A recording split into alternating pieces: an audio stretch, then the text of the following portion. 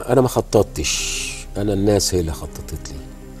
كل ما اعمل حاجه ناجحه الناس تقول لي كويس، انت كويس، امشي في الخط ده، امشي في الخط ده.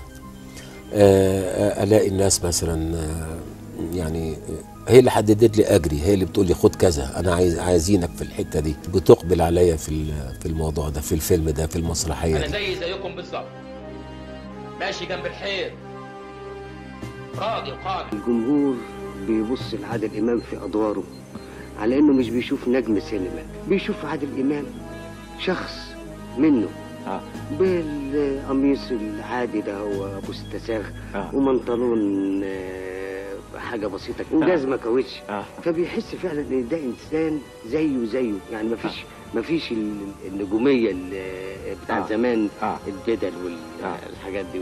على كده انت مالكش صاحب؟ ليه؟ مين؟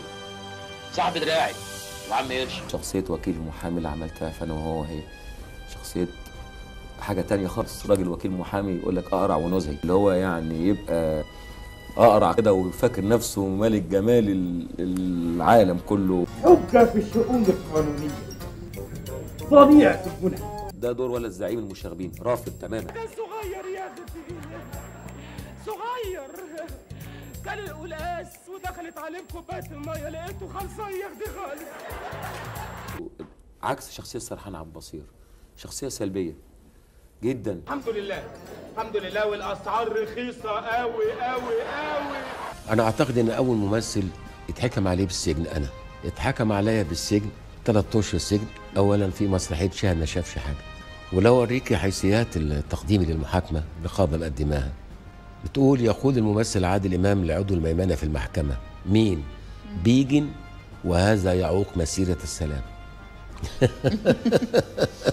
بعدين انا في افلامي انا باخد بحق الجماهير البسيطه، باخد لهم حقهم.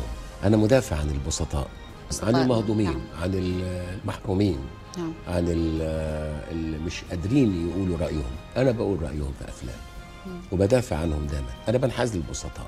هذه التجربه كيف تتاملها مش تجربه اليوم؟ دي حياه، ده لا تاريخ. طبعا يعني. بصي انا اتحط في موسوعه جينيس.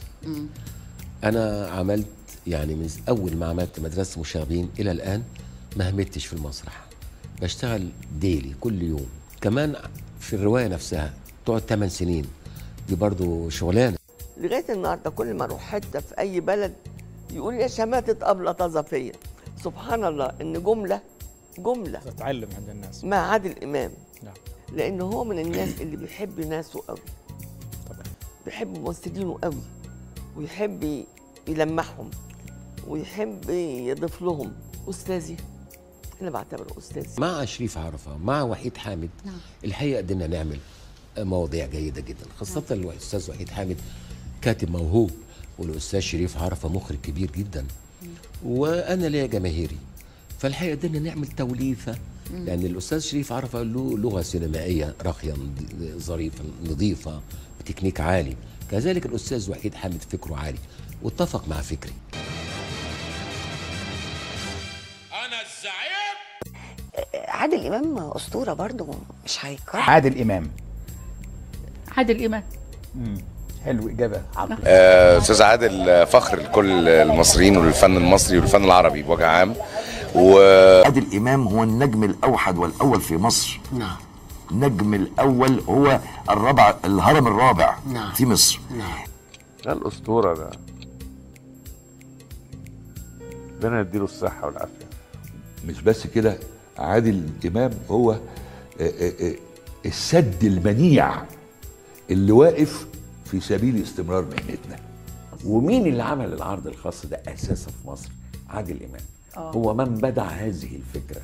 كان الوحيد في مصر القادر على انه يعمل حفله عرض خاص ويحضرها الوزراء وكبار البلد، وكان هو التوب الاستاذ عادل امام ده حاجه ما حصلتش قبل كده. طبعا ساعات تلاقي الناس معجبه بحد، انما معجبه بيه وبتحبه، انا سعيد بده، وانا ازعم ان الناس بتحبني لان انا بحب الناس.